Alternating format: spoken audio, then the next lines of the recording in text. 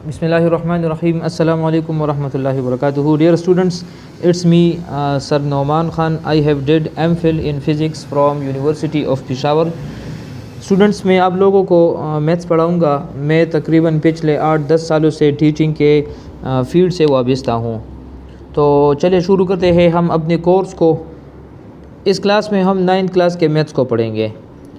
जैसा कि आपको पता है कि कोई भी सब्जेक्ट शुरू करने से पहले हम उस सब्जेक्ट को पहले डिफ़ाइन करते हैं, क्योंकि साइंस जितने भी सब्जेक्ट्स हैं अगर हम उनको शुरू करते हैं तो पहले हम उसकी डिफिनीशन वगैरह ये सीख लेते हैं।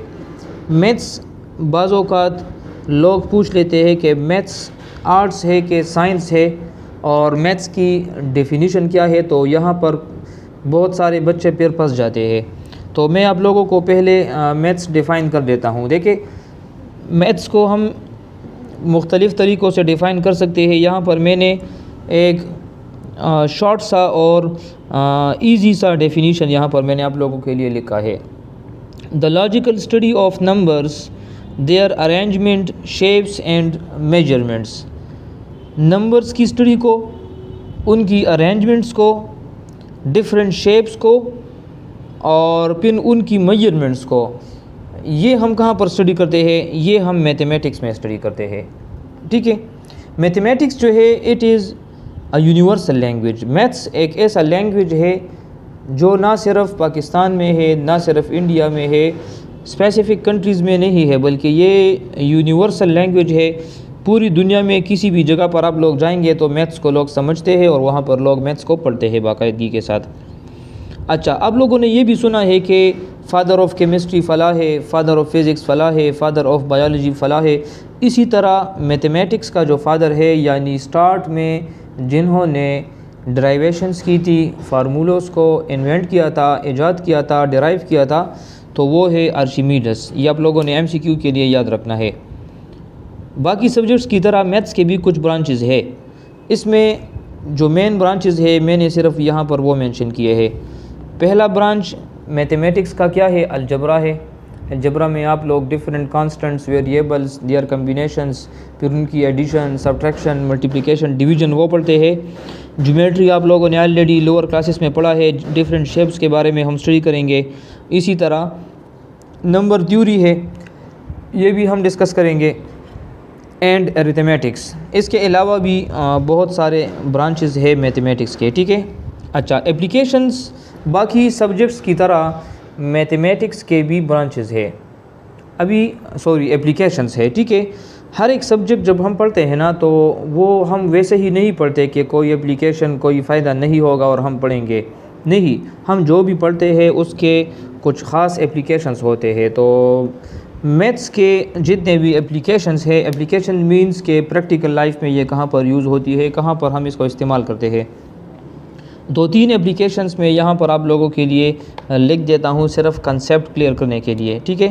लेट्स सपोज़ अगर मेरे पास एक बॉडी है और मैं उस बॉडी को इस पॉइंट से ऊपर की तरफ फेंक दूँ, तो वो बॉडी इस तरह मूव करके करके करके वापस ज़मीन की तरफ इस तरह एक पैराबोलिक शेप वो बना लेगा।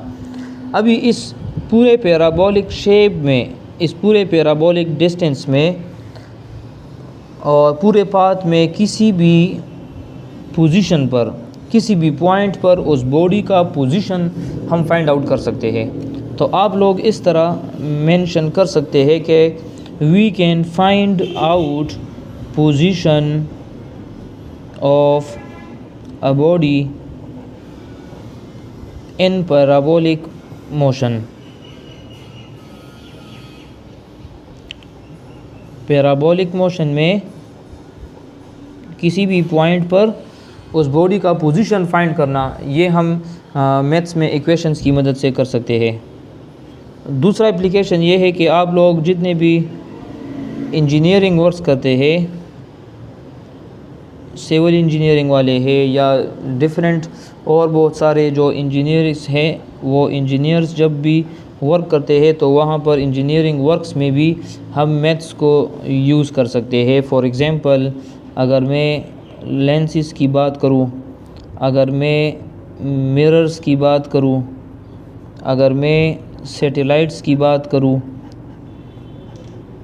इसी तरह अगर मैं टेलीस्कोप की बात करूं और अगर मैं मिसाइल्स की बात करूं, ये जितने भी इंस्ट्रूमेंट्स मैंने यहाँ पर मेंशन किए हैं, ये तमाम हमारे साथ प्रैक्टिकल इक्विपमेंट्स है और इनको जब हम यूज़ करते हैं तो वैसे ही यूज़ नहीं करते, बल्कि मैथ्स के हम स्पेसिफ़िक फार्मूले इसके लिए अप्लाई करते हैं, उसको यूज़ करते हैं, वैल्यूज पुटिंग करते हैं और जो फाइनल आखिर में रिज़ल्ट आता है उसी की बेस पर हम इसको फिर लॉन्च भी करते हैं मिसाइल को, क्योंकि ये एक पैराबोलिक पाथ फॉलो करता है। लेंसेज के लिए अगर आप लोगों ने किसी भी लेंस को मिसाल के तौर पर अगर आप लोगों ने कन्वर्ट कराना है, कन्वर्जिंग बनाना है, डाइवर्जिंग बनाना है, इसका ये जो एपर्चर है वो कितना है और इसका फोकल लेंथ कितना है, ये तमाम पैरामीटर्स ये असल में मैथ्स ही इसी में इस्तेमाल होता है। ठीक है, तो ये कुछ बेसिक पॉइंट थे मैंने यहाँ पर मेंशन किए हैं आप लोगों के लिए, ताकि आप लोगों का कंसेप्ट क्लियर हो। अभी हम चैप्टर्स की तरफ बढ़ते हैं। ठीक है, चैप्टर्स आप लोगों को पता है कि 9th क्लास के बुक में कितने चैप्टर्स है? 17 चैप्टर्स है। 17 में से फर्स्ट से लेकर 9 तक ये नॉर्मल चैप्टर्स है, इसको हम डिवाइड करेंगे सेक्शन नंबर 1 में। मैं थोड़ा सा इस पेज को ऊपर ले जा रहा हूँ, ठीक है, ताकि ये जो अवेलेबल स्पेस है इसको भी हम कवर कर लें और यहाँ पर मैं आप लोगों को थोड़ा सा हिंट्स दूँ। देखिए, चैप्टर नंबर 1 से लेकर चैप्टर नंबर 9 तक इसको हम डिवाइड करते हैं सेक्शन ए में। ये डिवीज़न मैंने अपनी तरफ से की है। चैप्टर नंबर 10 से 16 तक ये सेक्शन बी है। सेक्शन बी में क्या होगा? सेक्शन बी में आप लोग थ्योरम्स पढ़ेंगे। ये आइडिया और ये कंसेप्ट बहुत ज़रूरी है, वैसे ही मैं अपना टाइम ज़ाया नहीं कर रहा, ठीक है। और chapter number 17 it's practical geometry, क्योंकि आप लोग बुक को शुरू कर रहे, ठीक है। अगर बुक के बारे में आप लोगों को पता नहीं होगा कितने चैप्टर्स है, हमने क्या क्या पढ़ना है, तो फिर ये अच्छी बात नहीं है, ठीक है। ये 17 चैप्टर्स इंशाल्लाह हम कवर करेंगे। अभी हम अपने टॉपिक की तरफ जा रहे, यूनिट नंबर 1 यानी चैप्टर नंबर 1 की जानिब। और चैप्टर नंबर 1 में अगर आप लोगों के पास बुक्स है तो काइंडली एक एक नज़र आप लोग बुक्स को देख ले। उसमें जो पहला चैप्टर है वो है मैट्रिसेस। तो मैट्रिसेस का चैप्टर में अभी आप लोगों को शुरू करने जा रहा हूँ। आप लोगों ने बिल्कुल गौर से देखना है और इंशाल्लाह कोई भी कंसेप्ट आप लोगों से मिस नहीं होगा। जितने भी टेक्निकल पॉइंट्स है वो तमाम पॉइंट्स आप लोगों के लिए मैं क्लियर करूँगा, ठीक है। चैप्टर नंबर 1 और we can also say unit number 1 clear, crystal clear. Matrices इंतहाई इजी है, कोई भी इसमें मुश्किल पॉइंट या कंसेप्ट नहीं है। मैट्रिसेस पहले डिफ़ाइन करते हैं, वर्ड को देखते हैं। मैट्रिसेस असल में ये मैट्रिक्स का प्लूरल है, मैट्रिक्स। ये मैट्रिक्स सिंगुलर है और मैट्रिसेस क्या है? ये प्लूरल है। मैट्रिसेस को आप लोग पहले डिफ़ाइन करेंगे, तो किस तरह आप लोगों ने इसको डिफ़ाइन करना है? ये असल में हमारे पास पहले इसकी आप लोग हिस्ट्री थोड़ी सी देखें कि इसकी हिस्ट्री कहाँ से आई है। ये 1860 में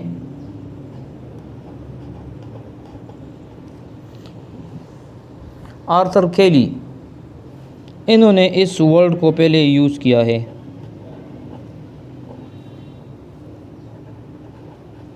ये भी आप लोगों को थोड़ा सा याद होना चाहिए, ठीक है, क्योंकि अगर आप लोगों से कोई पूछे तो ताकि आप लोगों को फिर पता हो। अच्छा, अभी मैट्रिक्स को हम डिफ़ाइन करेंगे। Definition of matrix. What is matrix? It is actually a rectangular अरे। जो भी मैं पॉइंट लिखूँगा जो भी मैं वर्ड लिखूँगा इंशाल्लाह मैं आप लोगों को वो क्लियर कराऊँगा, ठीक है। और एक और इम्पोर्टेंट बात यह है, अपने पास नोट कर ले ये, कि मैं थ्योरी थोड़ी सी ज़्यादा कराऊँगा। मतलब ये है कि हर एक चैप्टर के स्टार्ट में या एक्सरसाइज के स्टार्ट में थोड़ी बहुत थ्योरी में कराऊँगा। वो थ्योरी आप लोगों को क्लियर होगी तो इंशाल्लाह आप लोग फिर इस काबिल होंगे कि आप लोग ख़ुद उस एक्सरसाइज के क्वेश्चंस को फिर सॉल्व कर सकते हैं, ठीक है। तो आप लोगों ने बिल्कुल भी थ्योरी में बोर नहीं होना। ये थोड़ी सी थ्योरी में आप लोगों को अभी समझा रहा हूँ, उसके बाद मैं क्वेश्चंस की तरफ फिर जाऊँगा। एक तो मुझे इस मच्छर ने बहुत तंग किया है, पता नहीं कि इसके साथ क्या करूँ। और लेक्चर के दौरान जब इस तरह कोई डिस्टर्बेंस पैदा करे ना तो बिल्कुल बंदा चाहता है कि मैं इसे कत्ल कर दूँ। अच्छा, रेक्टेंगुलर अरे, अच्छा अरे किसको कहते हैं? अरे असल में कहते हैं अरेंजमेंट को, ठीक है। यानी a rectangular arrangement of what? Of real numbers, of real numbers. और वो रियल नंबर्स किस फॉर्म में हो सकते हैं? वो in the form of vertical and horizontal. अभी समझा रहा हूँ, ठीक है। Vertical and horizontal lines. और फिर इसका हम क्या करेंगे? When they are enclosed by square brackets, when they are enclosed in square brackets। एक एक बात इंशाल्लाह मैं आप लोगों को समझाऊंगा। स्क्वायर ब्रैकेट्स इसको कहते हैं, जिस तरह ये हम कहते हैं बड़े ब्रैकेट है, स्मॉल ब्रैकेट्स है, मिडल ब्रैकेट्स है और लार्ज ब्रैकेट्स है। वो लार्ज ब्रैकेट्स जो होते हैं ना उनको हम स्क्वायर ब्रैकेट्स कहते हैं।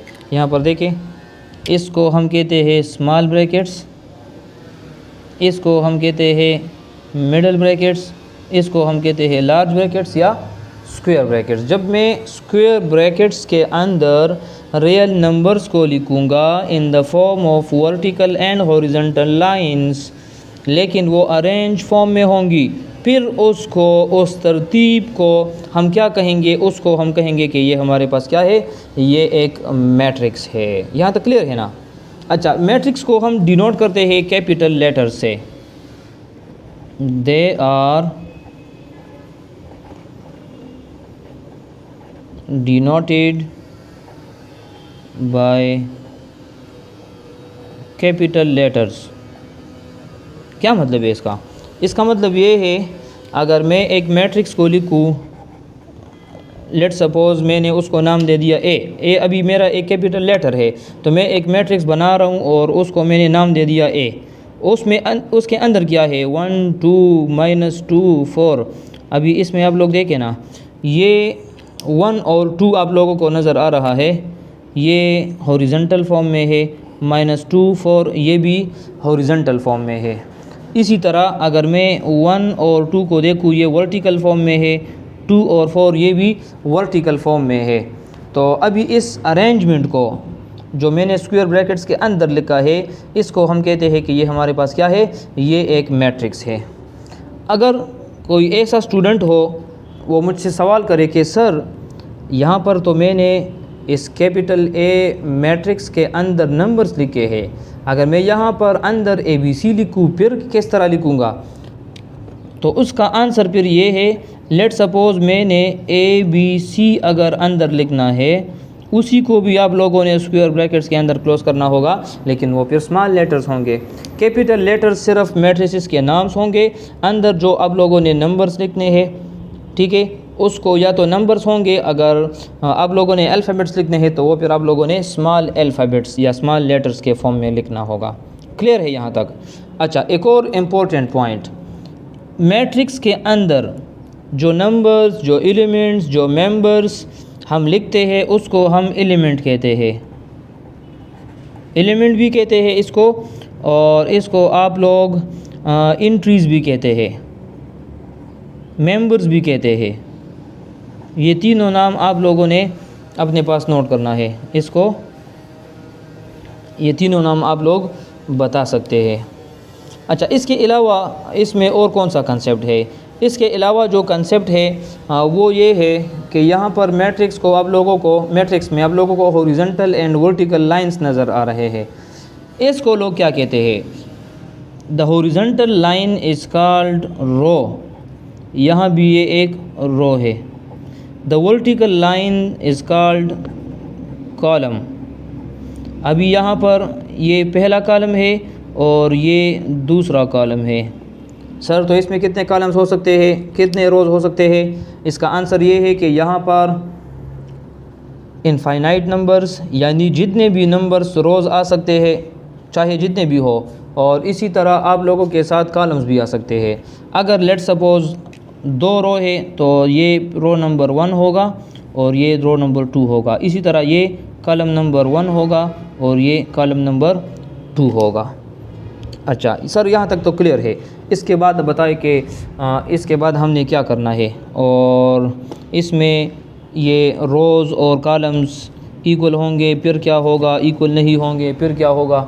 अच्छा बच्चे, मैं इसको भी समझा रहा हूँ, बस आप लोगों ने थोड़ा सा सब्र करना है, ठीक है, क्योंकि सब्र का मेवा यानी फल बहुत मीठा होता है। अच्छा, इसके बाद मैं आप लोगों को अभी एक नोट यहाँ पर लिखवा रहा हूँ। मैंने आप लोगों को बता भी दिया है, लेकिन रिटन फॉर्म में आप लोग अपने पास इसको नोट कर ले। और नोट क्या है कि matrix have any number of rose and columns. Matrix have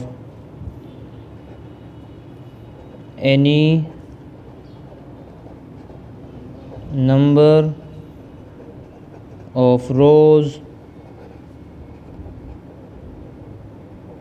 and columns. यहाँ तक क्लियर है? अच्छा बिल्कुल सर क्लियर है। अच्छा, इसके बाद क्या है?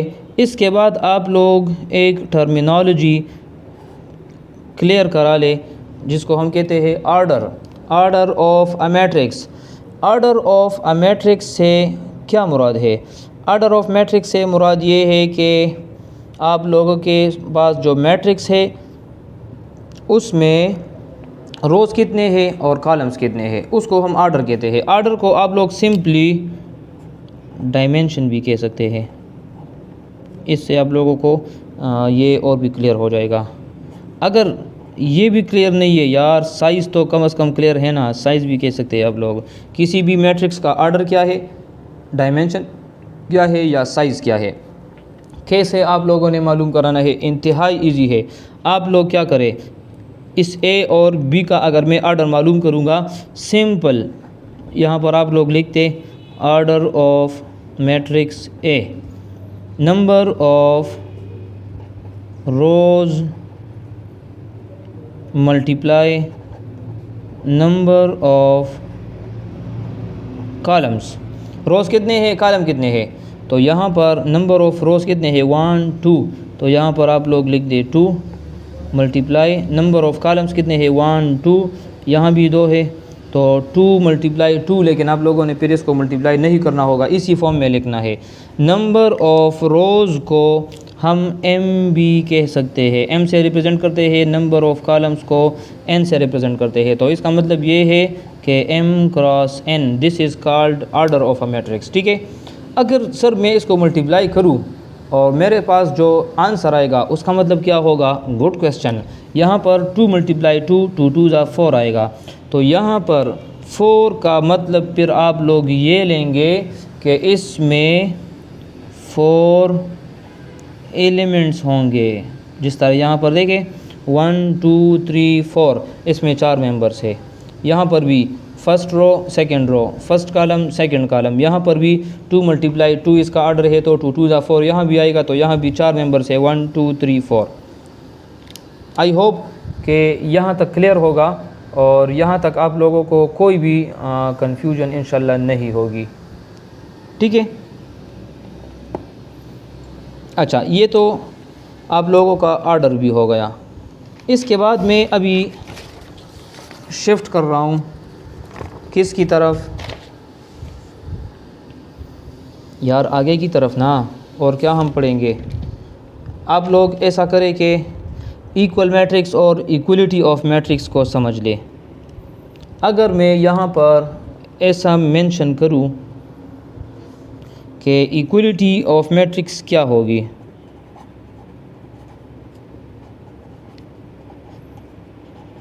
इक्वलिटी ऑफ मैट्रिसेस, यहाँ पर एक मैं छोटा सा पेन लगा देता हूँ ताकि हवा की मदद से ये पेज ना पलटे, अगर आप लोगों को कोई एतराज़ ना हो। अच्छा, इक्वलिटी ऑफ मैट्रिक्स का मतलब ये है दो मैट्रिक्स इक्वल कब होंगे, when two conditions are satisfied. पहला, when both have same order, अगर एक मैट्रिक्स का ऑर्डर और दूसरे का ऑर्डर एक जैसा है और elements are also equal, then we can say that matrix A will be equal to matrix B। Sir क्या मतलब है, समझ नहीं आई, कोई एग्ज़ाम्पल दे ताकि ये हमें और भी क्लियर हो। अच्छा बच्चे, मैं आप लोगों को एक एग्ज़ाम्पल दे रहा हूँ, ठीक है। एग्ज़ाम्पल की तरफ देखें। लेट्स सपोज ए मैट्रिक्स है मेरे पास जिसमें 1 2 3 4 5 6 ये इसमें एलिमेंट्स है, और एक मैट्रिक्स है बी, उसमें पहला मेंबर इस तरह है 1 + 1, दूसरा है 1 + 1 और तीसरा है 12/4।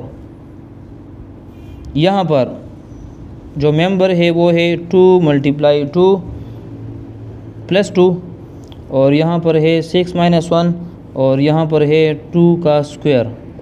क्या ये दोनों मैट्रिक्स इक्वल है या इक्वल नहीं है, इसको आप लोगों ने चेक करना है। कैसे चेक करेंगे, देखें। 1 1 × 1, यहाँ भी 1 है, 1 + 1 2, यहाँ भी 2 है, 12/4 3, यहाँ भी 3 है, यहाँ 4 है, 2 2 × 4, 4 + 2 आप लोगों के साथ क्या आएगा 6। तो यहाँ भी आप लोगों के पास क्या है, अच्छा 6 है। यहाँ पर मैंने गलती की है, यहाँ भी इसको आप लोग 6 कर ले और ये 4 कर ले, 4 5 इसको 6 कर ले, ठीक है। तो 2 2 × 4, 4 + 2 6, यहाँ भी 6, 6 - 1 5, यहाँ भी 5, 2 का स्क्वायर 4, यहाँ भी 4। तो अभी ये दोनों मैट्रिक्स आपस में क्या है, आपस में इक्वल है। अगर नंबर ऑफ़ एलिमेंट्स यहाँ पर और यहाँ पर सेम हो लेकिन ऑर्डर सेम नहीं है, फिर भी इक्वल नहीं है, या अगर ऑर्डर सेम है और यहाँ पर 1 है यहाँ पर 2 है, फिर भी दोनों मैट्रिक्स को आप लोग इक्वल नहीं ले सकते। यहाँ तक क्लियर है ना, वेल शाबाश। अच्छा, इसके बाद अगर आप लोग देखें तो एक्सरसाइज है, एक्सरसाइज 1.1 की तरफ भी अभी हम जा रहे हैं,